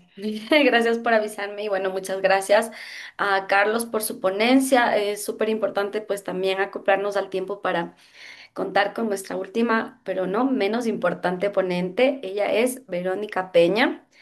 Denme nada más un segundito que salga del modo de presentación. Y aquí tengo pues la información de Verónica. Ella es psicóloga con magíster en culturas y droga, tiene doble titulación en estados expandidos de conciencia, cuenta con experiencia en reducción de daños y es presidenta de la corporación Sapiencia, también que estaba nombrada antes por Carlos. Verónica también nos va a contar un poco más desde este enfoque comunitario que están realizando en Colombia. Bienvenida. Muchas gracias, Evelyn. Y bueno, pues primero agradecer el espacio. Creo que tanto las personas que nos están escuchando como las personas que hacemos parte de la red, como que el hecho de que estemos sacando este espacio en Colombia siendo festivo es un indicador de que esto nos apasiona y nos llega como al alma, ¿no? Como que es una lucha que de alguna u otra forma nos ha permitido pertenecer a algo que es una necesidad humana, ¿cierto? Sentirnos que hay algo que nos abraza y nos acobija. Y en mi caso, como creo que es el de muchos aquí, si no somos todos, pues es el consumo de sustancias psicoactivas y reconocernos entre nosotros. Voy a compartir entonces pantalla. Em, ¿Me confirman si la ven, porfa? Está abriéndose tu Ok, pantalla. Sí, ya podemos ver. sí. Bueno, entonces, pues voy a como a comenzar contándoles un poco de la Corporación Sapiencia Colombia y nosotros iniciamos en el año 2019 como un colectivo y muy pronto nos dimos cuenta de la necesidad que había de conformarnos como una organización para poder también trabajar en conjunto con la institucionalidad. Entonces, de esta manera, desde el año 2020 estamos conformados como una corporación y no sé si esto les quita visibilidad. Es- Eso, ya. Entonces, un poco la misión que nosotros establecimos fue promover la salud mental a través de acciones de investigación, atención, intervención y orientación. en temas asociados al uso de sustancias psicoactivas desde nuevos paradigmas que velen por los derechos humanos y la salud pública. Y establecimos en ese momento que para el año 2027 buscábamos ser una organización reconocida a nivel nacional por nuestras acciones de investigación y promoción de la salud mental, siendo referentes en el campo del uso de sustancias psicoactivas. Em, y un poco también iré como articulando lo que les voy contando con todo lo que han mencionado mis compañeros y cómo, digamos, desde un lugar, porque Sapiencia nace en conversaciones muy en entornos educativos, como universitarios, y esto nos indica que hay un nivel de privilegio importante en estas conversaciones que comenzaron a emerger y sin embargo notábamos mucho como usuarios de sustancias y usuarias y usuarios, notábamos que había un nivel de desinformación supremamente importante y notábamos que entre nosotros había esta intención de cuidar principalmente o inicialmente a los nuestros, ¿no? Como de cuidar a nuestros amigos, amigas, amigues, familiares, y cómo en la medida en que nos juntábamos a tener conversaciones y a compartir información que íbamos recogiendo de diferentes lugares, pues notamos esta necesidad de poder llegar a muchas más personas y de poder amplificar estas conversaciones. Entonces, ya conformados desde el 2020, digamos, como corporación, este es un poco como el mapa que nos describe internamente. Está la Corporación Sapiencia, están estos rombitos que ven en azul, y estos son las líneas de trabajo de la organización. Entonces está la línea psicosocial, la línea de prevención y promoción y la línea de reducción de riesgos y daños.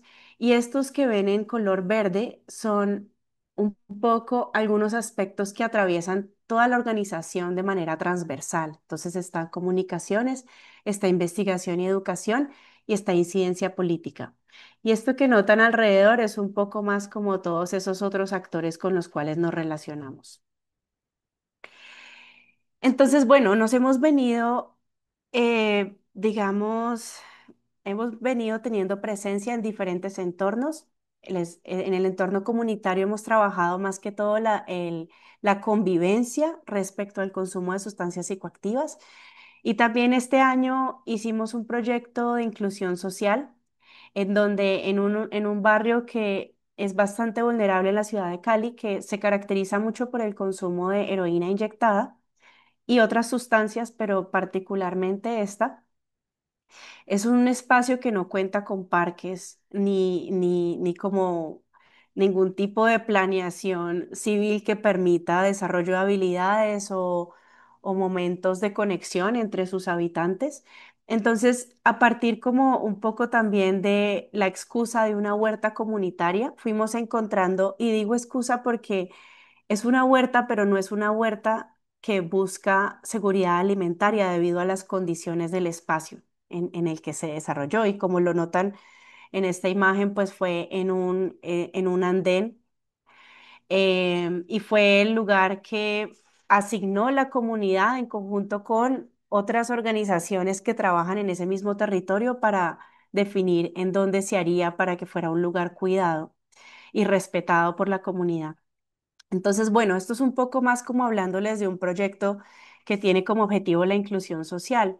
Y fue porque en la medida en que han ido avanzando las conversaciones, vamos entendiendo cómo, como que, mm, o sea, podemos hablar del tema de sustancias psicoactivas, pero cuando las personas están tratando de enfrentarse a barreras estructurales tan fuertes como que casi que hablar de sustancias psicoactivas es algo que queda totalmente secundario, terciario, incluso más lejano, ¿no? Como que necesitamos primero abordar ciertos aspectos de, de derechos humanos básicos y entre ellos, pues, un espacio de dispersión, un espacio de también donde pudiera haber como un cruce de saberes entre diferentes etapas de vida, por ejemplo, y es un poco a lo que apuntamos con ese proyecto.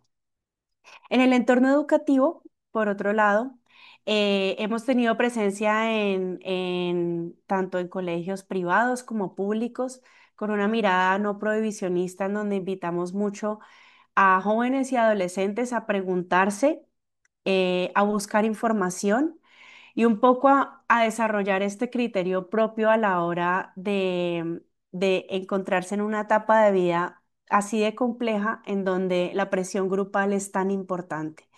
Entonces, este deseo de pertenecer, un poco del que les comentaba al principio, pero como en la adolescencia esto es algo casi, casi que de supervivencia absoluta, ¿no? Como el pertenecer y el sentirse parte de algo. Em, entonces es un poco a lo que invitamos en ese espacio, a preguntarnos, pero a buscar información también y a hacernos conscientes de cómo la presión de grupo influye en la toma de decisiones. Estamos en el entorno cultural, hemos estado en marchas canábicas, hemos estado también, contamos con el servicio de análisis de sustancia, el que ahorita les mencionaba Carlos. Em, y hemos estado como en diferentes contextos en los cuales pues como que vamos afianzando un poco también la confianza de la comunidad de usuarios de diferentes tipos de usuarios de usuarios de diferentes sustancias también. Y en el entorno institucional es una relación que hemos venido construyendo y fortaleciendo cada vez más. Hacemos parte del Comité Distrital de Sustancias Psicoactivas, en el que allí tenemos voz, pero todavía no tenemos voto. Pero vamos aportando desde una mirada de reducción de riesgos y daños y sentimos que ese ha sido como el logro y es que hemos venido cada vez más como empujando tanto la filosofía de reducción de riesgos y daños como las prácticas y las, digamos, estrategias asociadas a este enfoque y proponiendo como constantemente esta mirada desde los usuarios de sustancias psicoactivas en este tipo de conversaciones y toma de decisiones institucionales. Hemos apuntado también como a fortalecer la educación y la investigación y este año en particular pues ha sido importante porque tuvimos dos ponencias académicas en la Claxo, una que tiene una mirada mucho más como psicoanalista, que siento que atraviesa mucho la mirada corporativa del usuario de sustancias. Y otra que es más que habla como de las barreras para el cambio, del estigma, de la desarticulación y habla como mucho más de esta mirada como estructural y comunitaria. También tuvimos la ponencia acerca del servicio de análisis de la información que hemos recogido y el análisis que hemos hecho de estos años de prestar el servicio de análisis de sustancias en espacios de ocio nocturno en la Harm Reduction International. Y bueno, fue como muy valioso no solo encontrarnos con las personas de la red que estamos acá presentándoles este espacio, sino lo que todas estas reflexiones a las que nos invita esta mirada y esta posición política de cómo ejercer la reducción de riesgos y daños desde una mirada latinoamericana e incluso cómo esa se diferencia desde otras miradas. Y ha sido muy valioso como lo que eso nos ha inspirado. Publicamos también un artículo por parte del área clínica que se llamó Experiencias de psicólogos sobre el uso terapéutico de psicodélicos. Y bueno, hicimos una caracterización que esta fue en el año 2023 sobre el consumo de cannabis en Cali. Esta imagen simplemente la traje a colación un poco para poner en perspectiva esto que nos diferencia en Colombia a otros países del mundo y es la política nacional de drogas que nos está rigiendo en este momento y cómo esto viene siendo un factor muy importante en lo que está sucediendo a nivel territorial y a nivel nacional. Em, Cómo por primera vez, digamos, se considera la reducción de riesgos y daños en la política nacional de drogas, como es una política que fue construida con los territorios y en mesas de trabajo en las cuales también tuvimos la oportunidad de participar, y cómo ahora venimos también siendo un poco garantes de que esto se vaya cumpliendo y de ir afinando esa mirada, porque sin duda es un cambio que va a tomar muchísimo tiempo, que comenzamos a ver definitivamente los frutos y sin embargo hay muchísimo trabajo por hacer y creo que todos los que hemos compartido la experiencia el día de hoy lo sabemos y lo sentimos. y aún así como estamos dispuestos a continuar en esa labor porque percibimos que ya se empiezan a presentar algunos cambios. Entonces, dentro de este panorama que les comento, nos hemos visto en la necesidad de trabajar en conjunto con otras organizaciones. Digamos que a nivel internacional hemos sido también, como hemos trabajado en conjunto con LAMPUT, pero a nivel nacional veníamos trabajando muy solos en la Corporación Sapiencia y venimos notando entonces que hay organizaciones que vienen haciendo labores parecidos y hay organizaciones que hacen labores muy diferentes en el tema de reducción de riesgos y daños. Entonces partimos como de comenzar a reconocer que inicialmente se dio todo un ambiente como de competencia, ¿no? Como de que, ay, no, como que con otras organizaciones que posterior a que nosotros, por ejemplo, prestáramos el servicio de análisis, empezaron a prestarlo en los mismos sectores. Entonces comenzó como esta dinámica muy, creo yo, capitalista, como de lucharnos, ¿no? Como de que, ay, este organizador, no, entonces sí, no firmó con ellos. Y con el tiempo empezamos a darnos cuenta que esto no tenía ningún sentido, como que ha sido una reflexión muy valiosa interiormente porque fue como que, bueno, si queremos, si la reducción de riesgo y daño es una filosofía que se enmarca desde el cuidado, no podemos enmarcarnos en estas mismas dinámicas del mercado. Es como que lo que nos importa de ahora en adelante es que el servicio esté presente sin importar quién lo preste, pero sí nos importa que quien preste el servicio lo haga bien. Entonces empezamos a tener muchas conversaciones con otras organizaciones y un poco ahondando en esto que mencionaba ahora Carlos, esto que les muestro acá es la Red de Reducción de Riesgos y Daños de Cali, que digamos que se formó oficialmente a partir del 26 de junio, de la fecha del apoyo y no castigue, del presente año. Inició el año pasado con unos espacios que comenzamos a forjar y este año quedó consolidada como tal y aquí pues muestro como algunas de las actividades que llevamos a cabo y estos son algunos como de los compromisos que hicimos: crear un movimiento, generar evidencia, muy queremos como crear estrategias novedosas, no hacer lo mismo de lo mismo. Queremos transformar narrativas y prácticas institucionales e impulsar formas valientes que nuevamente aparece lo que se ha mencionado y es cómo garantizar ese financiamiento de los programas.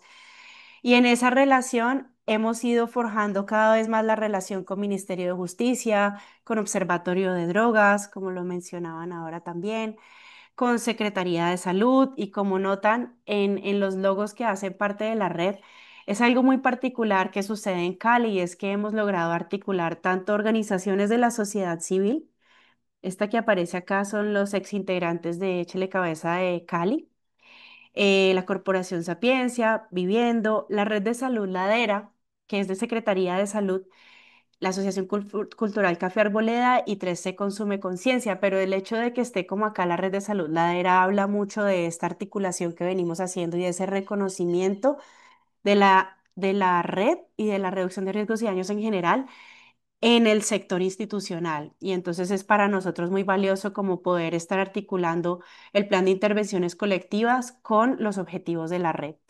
Y por último, que mucho más breve, pues les mencionó ahorita Carlos, también la Red Territorial de Servicio de Análisis de Sustancias Psicoactivas, em, con estas organizaciones que hacen parte y digamos como que habla de este trabajo en red y cómo se viene fortaleciendo cada vez más.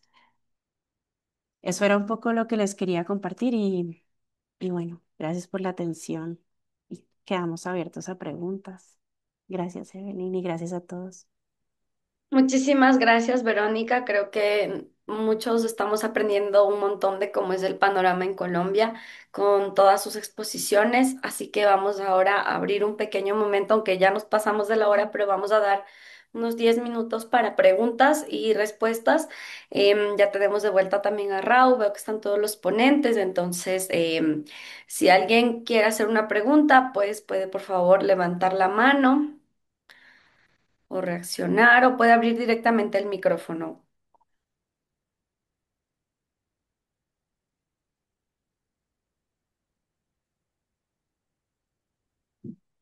Están como tímidos, tímidas, tímides. Bueno, Para quienes están en el chat del AMPUD general, ya se envió la presentación de Alejandra. De igual manera, invito a los demás ponentes si quieren compartirnos sus ponencias para poder cargarlas en un drive y subirlas al Linktree de la red.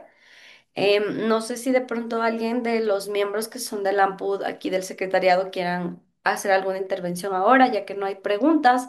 Tal vez Ernesto o Verónica que nos acompañan.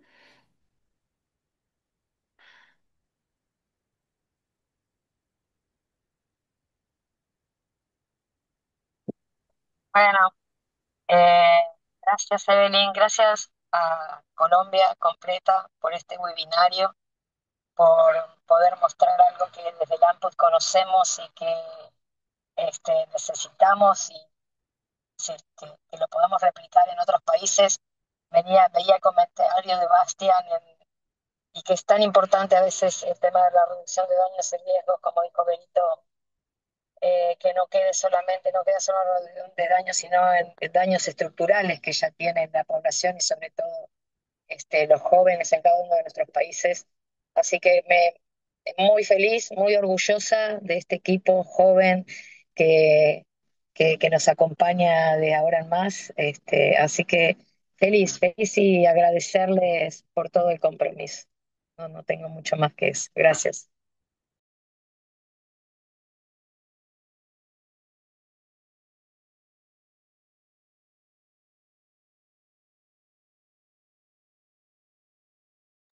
Evelyn, micrófono. Ahí estoy muteada. ¿Ahí me escuchan? Bueno, estaba agradeciéndole a Vero, muchas gracias Felipe por estar pendiente también. Quería leer un poco los comentarios en el chat. Ernesto nos dice gracias a todas, todos y todes. Colombia es un ejemplo a seguir en toda la región. No paren, siempre adelante, compas. Un abrazo desde Costa Rica.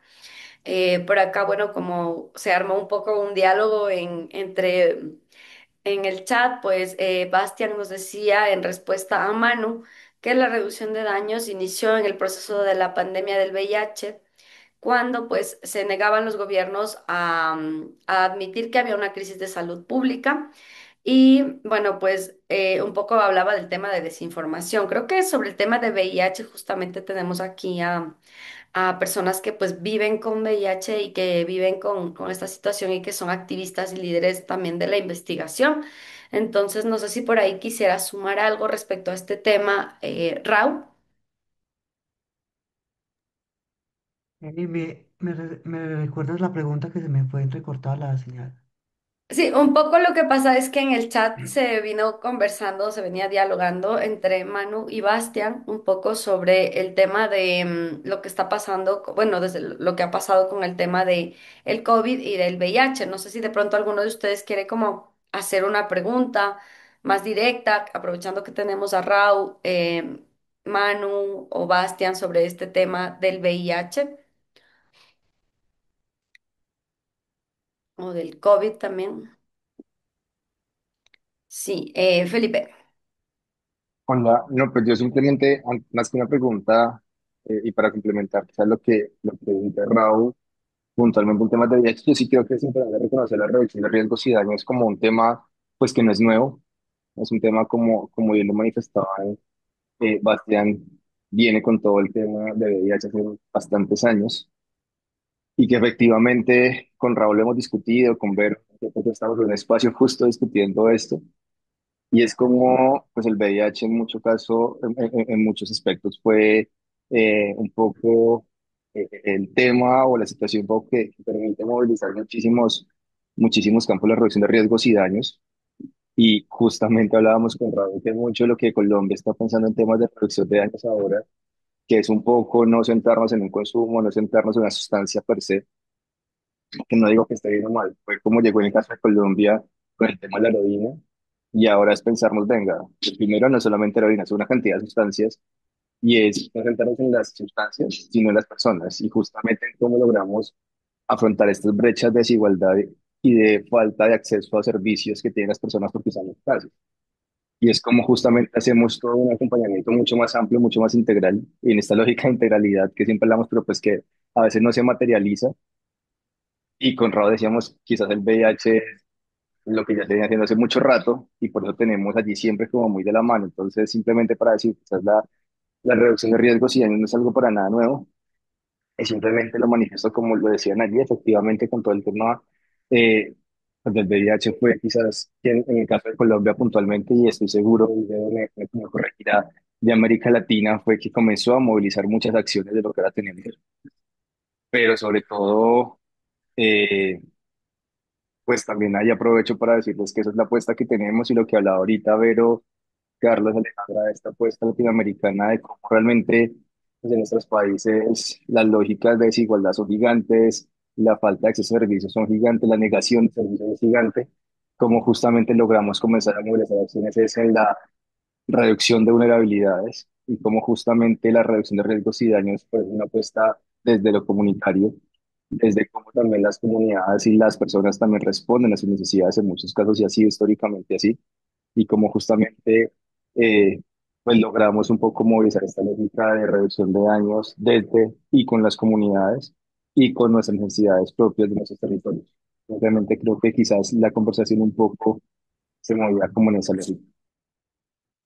Muchas gracias, Felipe, por este comentario que también creo que es muy importante. Voy a darle paso a Raúl, pero primero quiero leer el comentario de Levinson, quien también es parte de la red. Él nos dice un abrazo a les compas de Colombia y a todos quienes están conectados. Mil gracias por las presentaciones. Espero que se sigan abriendo más espacios de información, pero sobre todo de discusión dentro del AMPUD en general, regional y la AMPUD Colombia en lo específico para seguir fortaleciendo las redes y conexiones internas en los momentos de amplia inestabilidad política y en tiempos en los que la reducción de daños está bajo ataque y crisis en algunos países. Abrazos gigantes. Ahora le doy paso a Raúl. Y resto, pues como de compas, yo creo que yo lo hablaba pues con las personas diferentes que comparto el tema de reducción de daños y el tema de vivir con VIH. Y como una persona apasionada de ambos temas, siento que la historia del movimiento del VIH nos ha dado línea al enfoque de reducción de daños. Eh, Obvio, las dinámicas como surge el VIH en ciertas poblaciones, donde están una de ellas personas que se inyectan drogas, eso hace que al ser una vía de transmisión y haberse un montón de casos ahí con el tema de compartir jeringas, el VIH centra su atención en cómo reducir la infección en esta población. Y sobre todo el discurso y todo el movimiento de cómo hacer reducción de daños. Pero yéndonos incluso a la actualidad, donde desde el movimiento de VIH se habla de la prevención combinada desde tres ejes, un eje biomédico, un eje comportamental y un eje estructural. Yo le decía a Pipe en un conversatorio que estamos hace poco en un espacio que la reducción de daños de amplio espectro es una hermana o un paralelo de esto. Es lo mismo, simplemente que desde el enfoque de la sustancia o el tema del uso de sustancias. Entonces yo siento que dos líneas o dos movimientos, como es el tema del VIH, como el tema del uso de drogas, han estado caminando desde sus inicios de forma paralela, en algunos puntos uniéndose y en otros puntos distanciándose. Y yo considero que actualmente nos estamos distanciando mucho más. Cuando si empezamos a caminar juntos, eso hace que quizás las acciones tengan mayor fuerza, porque no podemos desconocer cómo surge la reducción de daños. O sea, la historia lo dice, el movimiento lo dice, quizás habrán acciones aisladas o antes de todo el tema de VIH, pero coge fuerza y se posiciona con todo el tema del VIH.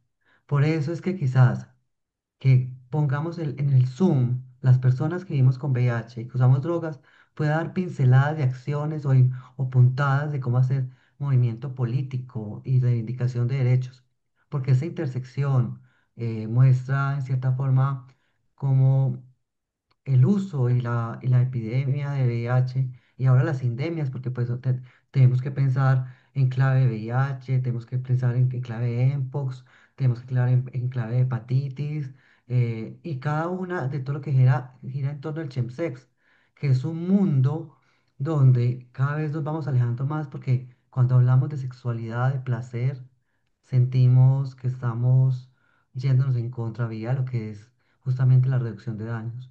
Y hay que tener en cuenta que tenemos la responsabilidad de buscar cómo articular ambos movimientos, ambas acciones, para que en esa medida hagamos un enfoque más íntegro frente a lo que es el bienestar en el amplio espectro de la palabra y el concepto de salud. Es como lo que reflexionaba con Pipe y con Vero y con los compas del Ampus que me han escuchado hablar y que pues cuando hablamos con pares con VIH que usamos drogas, quedamos con la misma conclusión y que seguramente ahora Vero nos va a dar mucho más luz. Gracias, Vero, por favor, para cerrar con esto ya. Sí, simplemente creo que en lo que planteaba desde Manu también, lo que está pasando en Argentina, es decir, la reducción de daños nace por la transmisión del VIH, es una respuesta de salud en Europa y en Europa del Este y en Asia y en Rusia sobre todo, que eran los grandes países o continentes donde había uso de drogas inyectables. Ahí nace y nace por la transmisión del VIH, pura y exclusivamente para que fuera un trabajo entre pares, pero sin indistintamente y se manejaba desde salud. Por eso podían salir con camionetas, hubo mucho, mucho presupuesto para eso. Cuando muchos líderes de VIH también eran activistas, porque queríamos la cura, no queríamos ya desde siempre, se pensaba una vacuna para curarnos, empieza ese movimiento y se empieza a trabajar, entonces sí ahí nos relacionamos con políticas de drogas, porque una cosa es trabajar en políticas de drogas más humanas y otra cosa es la reducción de daños. Nosotros no podemos hacer reducción de daños si no hay cambio de políticas, porque por más que sea aquí, estando en Uruguay donde estoy, nunca se penalizó el consumo, pero hoy sí se penaliza cuando cuanto más hay información, digamos. Hoy están diciendo si la marihuana de la farmacia que tiene 20% no es más perjudicial que el autocultivo. Hoy quieren analizar todo, digamos. Tiene que ver con el patriarcado, tiene que ver con el poder, tiene que ver con eso. Y creo que lo que pasó, como lo contaron acá, como está pasando, digamos, desde las cátedras de políticas de drogas, de salud y VIH comunitaria en Argentina, todos los trabajos prácticos que hicieron los estudiantes, la mayoría habló de todo su trabajo que empezó con la pandemia. La pandemia, el COVID, fue un gran punto de flexión, porque las campañas solo los gobiernos decían que aprovechen a dejar de consumir. Entonces, los usuarios, ¿cómo podíamos seguir? Mucha gente quedó cautiva y empezaron entonces ahí, en los lazos comunitarios, a ejercer la reducción de daños. La reducción de daños se hace entre pares. No hay otra manera. Cada uno de nosotros, estemos haciendo política o no, que tengamos el conocimiento que el canuto no se comparte, se lo vamos a decir a la persona que va a tomar con nosotros. Es sembrar conciencia y eso es lo que están haciendo. Creo que no tenemos que perder el lazo que se trabajó con las demás redes de personas con VIH, aunque no sea fácil, pero creo que los estudios y el estudio que claramente hiciste, Rau, y que esperamos que poder el año que viene poder complementarlo en Colombia, en México y en Argentina, pueda darnos esos resultados. Y es de personas con VIH, usuarias de drogas. Esto recién empieza. Para terminar, está en sus manos, como diría el Indio Solari de Argentina.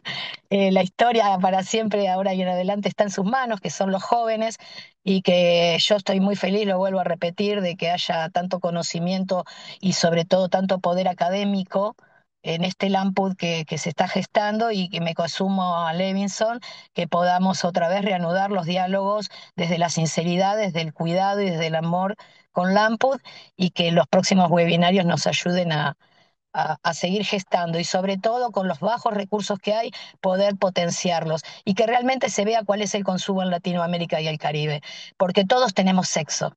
Entonces todos tenemos riesgo de VIH, de sífilis, de tuberculosis, y esas son las endemias que realmente nos están azotando ahora, tanto la tuberculosis como la del sífilis y y demás enfermedades de transmisión sexual, que claramente hay muchas prácticas de reducción de daños, pero la más fuerza hay que hacerla en cambios de política, porque cuando salimos a la calle nos siguen llevando presos. Un abrazo. Gracias. Así es, muchísimas gracias, Vero. Y tenemos una última pregunta, creo que esta sí ya definitiva, porque acá se están preguntando, bueno, ya se está respondiendo aquí, Carlos. Nos pregunta Marta si piensan abrir espacios de reducción de daños dentro de las cárceles, porque para nadie es un secreto que ahí se utilizan, se consumen, se usan muchas sustancias psicoactivas y el tema de VIH ni siquiera se toca porque no hay especialistas. Entonces, pues bueno, Felipe, puedes contestarlo y con esto estamos cerrando. No olviden seguir nuestras redes sociales. En Instagram estamos como Red Lamput y en nuestra página web que es www.lamput.net. Pipe. Dale, no, simplemente para contestar la pregunta rápida, en el caso de Colombia, puntualmente hay unos dispositivos de patio que existen, han venido trabajando en las cárceles en Bogotá, en Bucaramanga. Sin embargo, sí, efectivamente no hay una continuidad porque además de temas presupuestales, también hay un tema muy fuerte con la entidad encargada de todo el tema penitenciario, que es el INPEC, donde todavía está muy la lógica de que las cosas no son las cosas de consumo, donde la lógica es que en la cárcel no se debe consumir, más allá de que la evidencia y el conocimiento diario nos lleve a otras cosas totalmente distintas. Personalmente, y con Alejandro incluso nos hemos sentado a dialogar con personas del INPEC y un poco la respuesta siempre ha sido, no se puede porque no debe haber consumo, es imposible que haya consumo. La respuesta entonces tiene que ser prevención o tratamiento, no hay un punto medio. Entonces, o es lo uno o es lo otro. Y bajo esta lógica también muy punitiva la idea que existe es que si hay consumo, la gente es agresiva y la gente mata, roba y hace de todo porque consume. Entonces, eh, pues han sido negociaciones muy difíciles. Han habido apuestas de educación, han habido apuestas de otro tipo. Dispositivos existen. Hay ya modelos piloteados, como les digo, en cárceles en Colombia en reducción de riesgos y daños puntualmente, pero sigue siendo un tema supremamente difícil de manejar y a nivel institucional las barreras aún para acceder, pues porque no es lo mismo como hemos hecho muchos y muchas aquí en temas de cómo hacer estrategias en calle donde efectivamente a pesar de que estamos o en la ilegalidad o en un espacio muy gris, igual le hacemos, pero pues acceder a una cárcel ya la cosa se pone difícil y complicada, entonces pues ha sido un poco más dispendioso. Entonces simplemente quería como contarles eso frente a la pregunta. Muchas gracias. Raúl, levantaste la mano otra vez. Quería sumar más aquí como de las apuestas que tenemos a nivel local en Medellín. Yo hago parte de una fundación que es Fundación Ancla y hacemos intervenciones en cárceles. Y si bien la intervención no va directamente enfatizada al tema de reducción de daños, todo nuestro equipo tiene los elementos para abordar el tema de reducción de daños en los espacios. Y principalmente vamos a proyectar acciones en el próximo mes y posiblemente en diciembre con la estrategia de EMPOS que estábamos ejecutando para la gobernación, porque, pues, no sé si han visto redes sociales, Antioquia tiene un rebrote de EMPOX y se ha localizado unos casos en cárceles. Entonces eso hace que nos dé entrada para intervenir y los chiques que hacen parte del equipo de la estrategia tienen la ventaja que han trabajado todo el tema de prevención combinada y reducción de daños. Entonces eso hace que además de la estrategia fuerte de EMPOS se aborden esos temas. No de forma directa, pero sí hay como por los laditos que siempre llegan preguntas desde esos lugares del uso de sustancias. Muchísimas gracias, Raúl, también a Alejandra que estuvo sumando al chat.